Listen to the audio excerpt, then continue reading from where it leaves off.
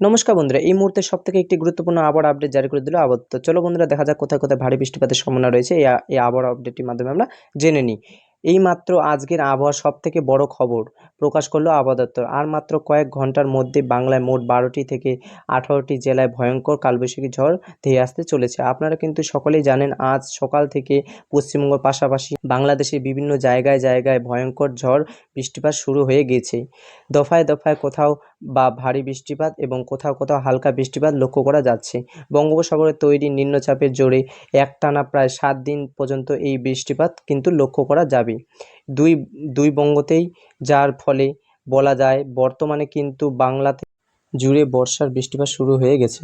তো সুপ্রিয় দর্শক, আমরা এখন দেখে নেব আজ এবং আগামীকাল বাংলাদেশ ও পশ্চিমবঙ্গে কোন কোন কোন জায়গাগুলিতে ভারী থেকে অতি ভারী বৃষ্টিপাতের সম্ভাবনা রয়েছে, কোন কোন জায়গাগুলিতে আসতে পারে কালবৈশাখী ঝড় এবং কোন কোন জায়গাগুলিতে বিশেষ করে বজ্রপাতের পূর্বাভাস দেখা রয়েছে। তো এই সমস্ত ভিডিওতে কেন্দ্র করে যেসব গুরুত্বপূর্ণ তথ্য চলে এসেছে তাই কিন্তু আপনারা জানতে পারবেন এই ভিডিওটিতে।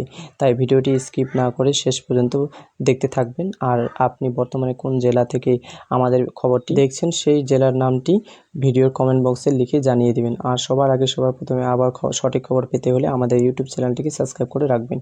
তো চলুন দেরি না করে এক নজরে দেখে নেওয়া যাক।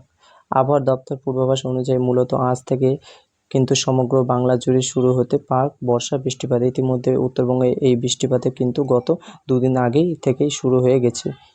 জানিয়ে আগামীকাল 3 দিনের মধ্যে এই বৃষ্টিপাতের পরিমাণ আরও বেশি পরিমাণে বাড়তে চলেছে। বিশেষ করে বাংলাদেশ ঢাকা, সিলেট, চট্টগ্রাম, নোয়াখালী, পাবনা, খুলনা, ময়মনসিংহ, রংপুর, ঠাকুরগাঁও, পঞ্চগড়, বরিশাল, কুমিল্লা, টেকনাফ এই সমস্ত জায়গাগুলিতে প্রত্যেক জায়গাতে বৃষ্টিপাত কিন্তু আরও গভীরতমভাবে বাড়তে চলেছে।